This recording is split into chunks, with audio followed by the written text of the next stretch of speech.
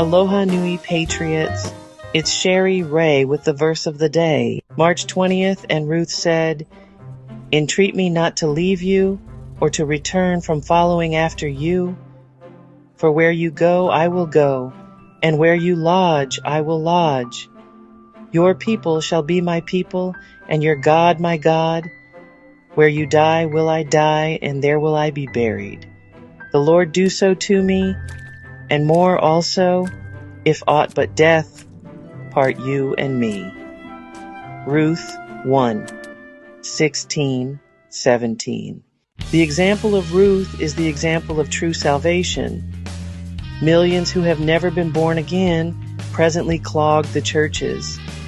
Sinners are saved not so much by their acceptance of Christ, but by God's acceptance of Christ on their behalf. But sinners must accept the Savior in order to profit by the divine acceptance of his person and work. John 1:12. Naomi is on her way back to Bethlehem. To accept Jehovah, Ruth must leave Moab, just as the sinner, spiritually speaking, must leave the world. Ruth was willing to do that. Not only did she tell Naomi that she would leave Moab, but even more so, where you go, I will go. Now we have full consecration. Not only will she leave Moab, never to go back again, but wherever Naomi leads, i.e., wherever Christ leads, I will go. And then, where you lodge, I will lodge. In other words, your place of ministry will be my place of ministry, and whatever that might be. Furthermore, Ruth will no longer identify with the Moabite people, but rather with the people of God, accepting them as her people and Israel's God as her God. This commitment was for time and eternity. Where you die, will I die, and there will I be buried.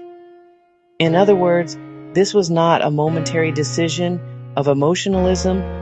It was a decision for time and eternity, i.e., acceptance of the Lord of glory, which means that she had to turn her back on her family, her land, her country, and all that she had once known. And so it is with those who follow Christ. The consecration of Ruth is a perfect example.